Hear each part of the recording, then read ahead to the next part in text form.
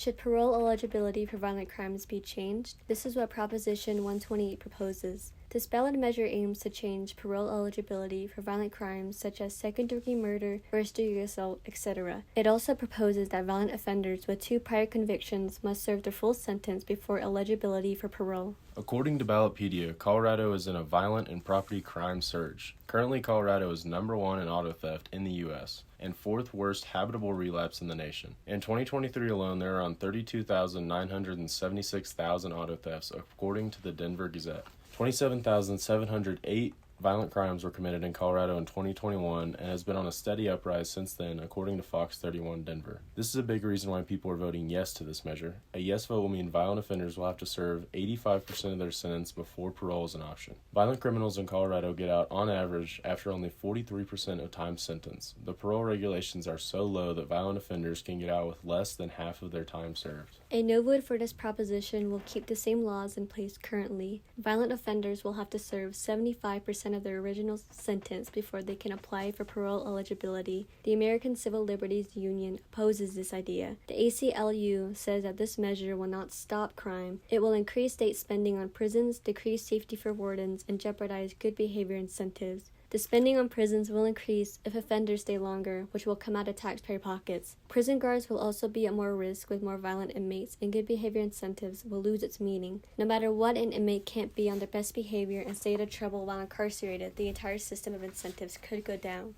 Many people have taken up to the internet to take up the no vote, state that rehabilitation programs in prison can help inmates become better. They have also stated that letting inmates who aren't involved in trouble complete work programs and earn their freedom. On the other hand, violent offenders will be out without rehabilitation.